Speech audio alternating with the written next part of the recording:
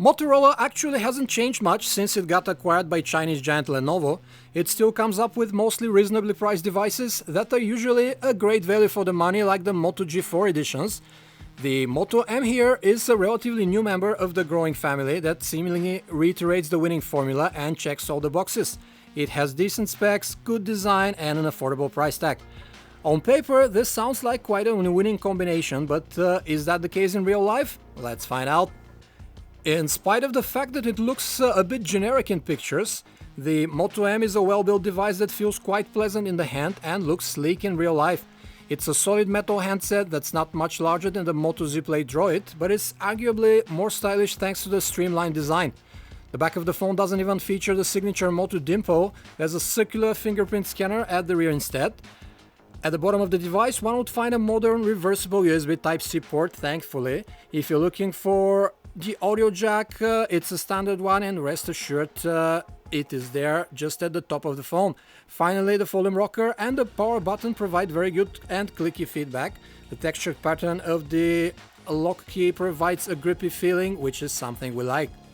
The Moto M brings along a 5.5-inch IPS display with 1080p resolution that is not very color accurate, as it leans way to the cold side of the spectrum, making white appear bluish, for example. There are two color settings, standard and vibrant, but even in the standard one, the Moto M's display has the tendency to noticeably oversaturate. Maximum and minimum brightness levels are both acceptable though, so you don't have issues viewing the screen outside or in bed late at night. The phone comes with what can be best described as a nearly stock Android. It's essentially the same interface you would find on Marshmallow running Google devices. The majority of apps that come pre-installed on the phone are the stock Google ones too. There are just a few custom Moto apps on board, like the useful file manager and device help. The latter is a system monitor that also doubles as an interactive manual for all the phone's functions, which we find neat. As you'd expect, the almost vanilla Android interface feels as snappy as it gets on the octa-core MediaTek chipset, aided by some 4 gigs of RAM, which stands pretty high in our book, though gamers might scoff at the middling graphics subsystem. The 16-megapixel shooter at the back of the Moto M is perfectly acceptable for a device in that price range. The camera app is a custom Moto endeavor with an interface that's mostly intuitive. There are just enough modes and features, including manual controls, various filters and specific shooting modes.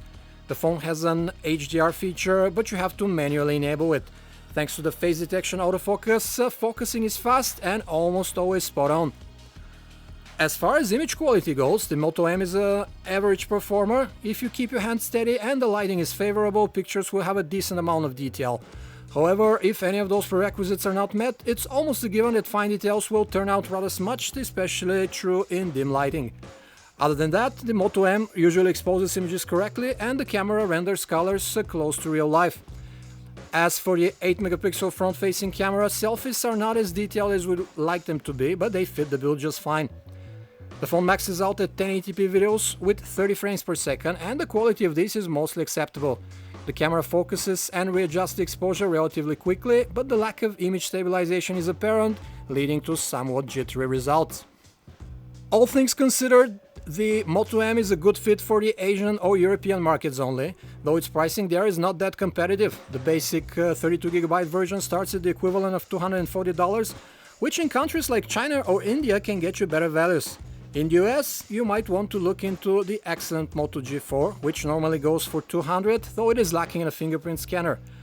For just $50 more, you can also equip yourself with the Honor 6X, which has a fingerprint scanner and a dual camera, plus it is officially sold in the US too. This was a video review of the Motorola Moto M from PhoneArena. For more information about this and other handsets, you can visit us at PhoneArena.com.